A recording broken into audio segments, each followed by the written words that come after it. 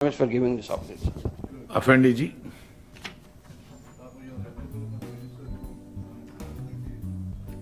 Chairman Sahab, I take an opportunity to speak on the motion of thanks of Governor address. The Governor Sahab talk about the promises and priorities of the Congress government, its action plan for various sectors of the economy and different sections of the society. The Governor Sahab terms the farmer as the soul of the state, and they constitute the core sector of the state economy and society.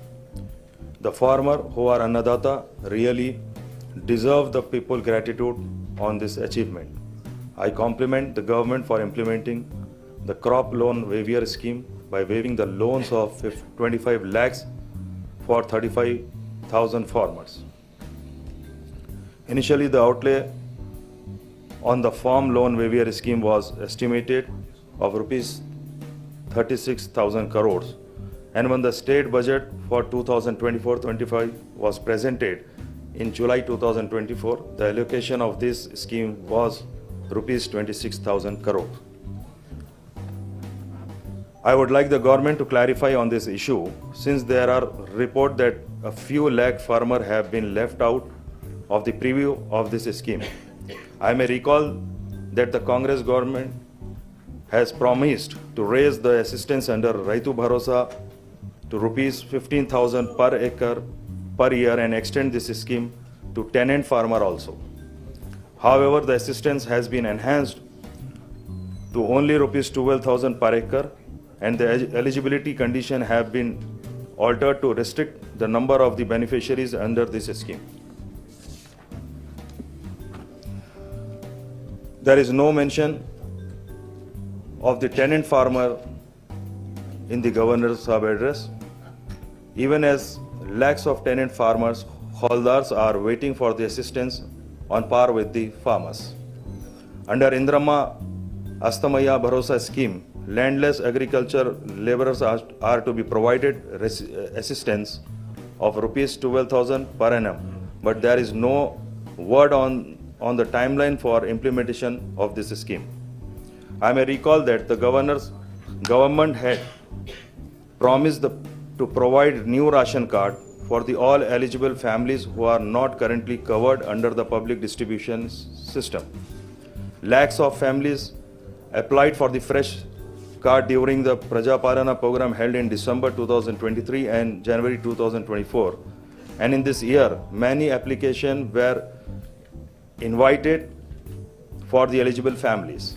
However, all these families are waiting for fresh ration cards for months, and there is still no clarity on the timeline for the issuing of new ration cards.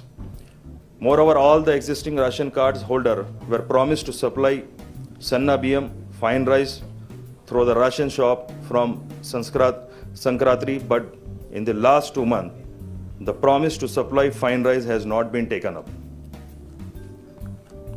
Also, I may recall that the Telangana government has been lodging protest with the Krishna River Management Board and the Water Resources Ministry over the trouble of Krishna waters by Andhra Pradesh far in excess of its entitlement under the Krishna Water Dispute Tribunal Award.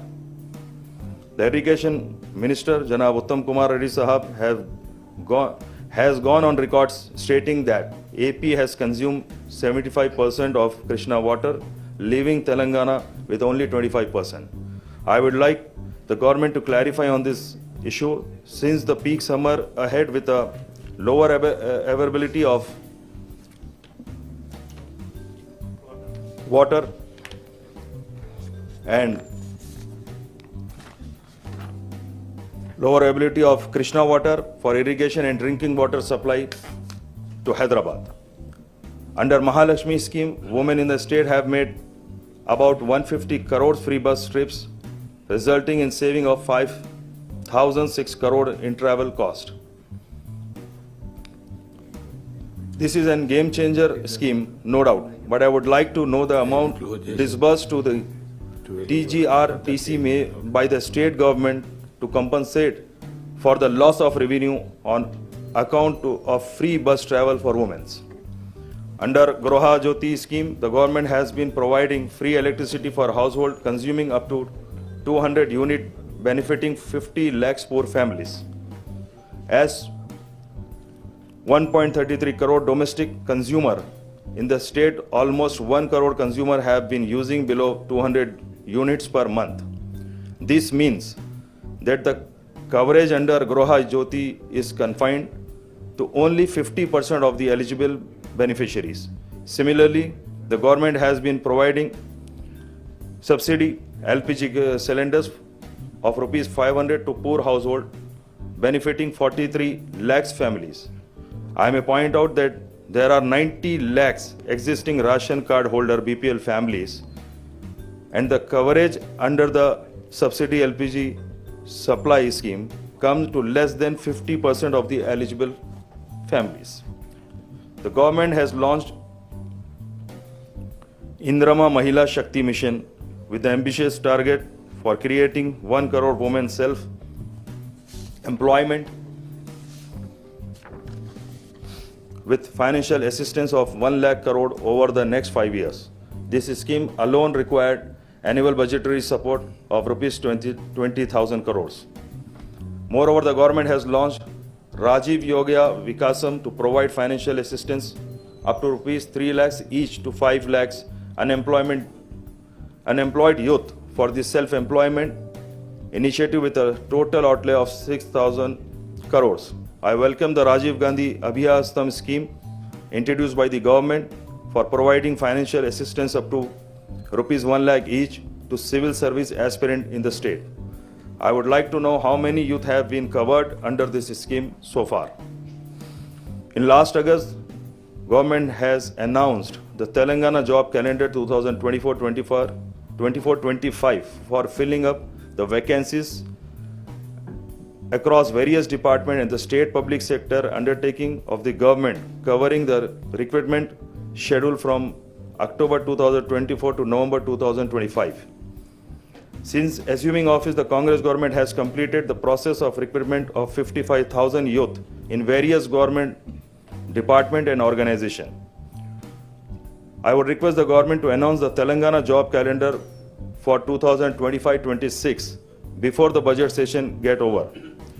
The launch of Integrated Residential School Scheme for SC, ST, BC and minorities students is a welcoming step, but I wish the government to equally focus on all the existing residential schools for SC, ST, BC and minorities to improve their infrastructure, to house these schools in their own building and to provide the required teaching and non-teaching staff. The Finance Minister Sahab has announced that 11,000 crore have been sanctioned for the 55 integrated residential school, and I would like to know the allocation required for the existing SC, ST, BC and minorities residential school. The coverage ceiling under Argyashri scheme has been raised to rupees 10 lakhs per family, and 163 new medical procedures have been added under the schemes, and there is need to enhance the allocation for the scheme to ensure that no single BPL family is denied proper medical care in the state. The Honorable Governor Sahab talk about the vision for Telangana future with the expansion of metro rail networks, Musi River project and the development of the future city assured to redefine urban living and economical potentials. With regard to urban development, I would urge the government to enlighten us on the rationale for extending the Hyderabad urban to the outer ring road limit, for expanding the jurisdiction of Hyderabad Metropolitan Development Authority to the proposed regional ring road comprising 11 districts, 101 mandal and 1,355 revenue villages. The government also seen to extend the jurisdiction of the GHMC up to the outer ring road, and Honorable Chief Minister Sahab, who also hold the municipal administration portfolio, to clarify on this issue. With this, I conclude the speech and thanks the Honorable Chairman sir for giving me this opportunity. Thank you, sir. Koti Reddy గారు ఇందామది వెంకట మహమూద్ అలీ గారు. Thank you chairman साहब. Chairman साहब, आपके ज़रिए हुकूमत को मैं तवज्जो दिलाना चाहता हूँ. लैंड ऑर्डर दिन ब दिन ख़राब होता जा रहा है. लैंड ऑर्डर में ख़ास तौर से क्रिमिनल के राइट्स जो होते हैं वो बहुत डेंजर होते हैं स्टेट की तरक्की के लिए. तेलंगाना बनने के बाद 10 साल तक मुकम्मल लैंड ऑर्डर बहुत अच्छा था. क्रिमिनल राइट्स के बारे में केसीआर साहब ने ख़ास तौर से बहुत सख्ती से हिदायत दी थी कि हिंदू मुस्लिम भाई भाई की तरह रहना चाहिए, आपस में मिलजुल कर रहना चाहिए. तो सब मिलकर रहेंगे तो देश की तरक्की हो सकती.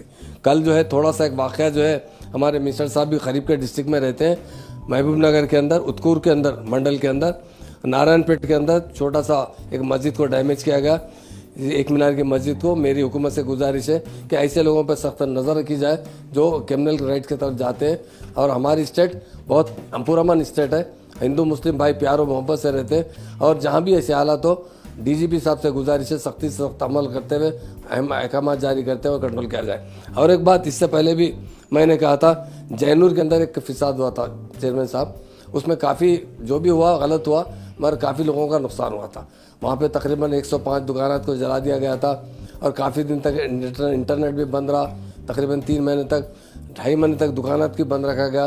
मेरी गुजारिश चीफ मिनिस्टर साहब से, गवर्नमेंट से, कि उन्हें कुछ एग्जीक्यूशन दिया जाए, क्योंकि जो लोग के मकानात जले हैं, जो लोग के दुकानात जले हैं, नहीं होना चाहिए. चाहे किसी भाई के हो, चाहे हिंदू भाई हो, मुसलमान भाई हो, भाई भाई की तरह रहना चाहिए.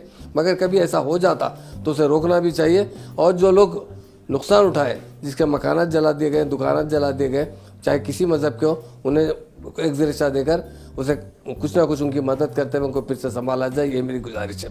और एक चीज़ मेरी आपसे गुजारिश है, एक मस्जिद है जो कुतुब शाही मस्जिद जो मोइनाबाद के अंदर है, वो 22 जुलाई को कुछ लैंड ग्राबर, ये क्रिमिनल लोग नहीं करते, लैंड ग्राबर जैसे ज़मीन पर तवसी करने के लिए, बेचने के लिए, प्लाटिंग करने के लिए एक मस्जिद को शहीद कर दिया गया था. वहाँ पर बहुत से हमारे साथी भी गए थे. वहाँ पर जाने के बाद ये हुआ कि वक्फ बोर्ड के लोग भी गए थे कि जल्द से जल्द बना देंगे, और उन लोगों पर एक्शन नहीं लिया गया. मेरी हुकूमत से गुजारिश है ऐसे लोगों पर एक्शन लिया जाए जो मस्जिदों को या मंदिरों को नुकसान पहुंचाते हैं. और लैंड ग्राबर्स पर ख़ास तौर से ज़मीनात बेचने के लिए उन्हें सख्त से सख्त कार्रवाई किया जाए. और उस मस्जिद को जो तकरीबन 450 गज पे थी और बाज़ाब्ता बुलडोज़र से उसे लगा कर तोड़ दिया गया, और जब वायदा किया था कि बहुत जल्द बना दी जाएगी, तो मेरी हुकूमत से गुजारिश है कि उन लैंड ग्राबर पर सख्त एक्शन लिया जाए. उन्हीं से बरमाने लगाइए जिन लोगों ने तोड़ा है. मेरी ये गुजारिश है. मैं आपको एक पेपर भी भेजना चाहता हूँ. Thank you. MS ప్రభాకర్ గారు.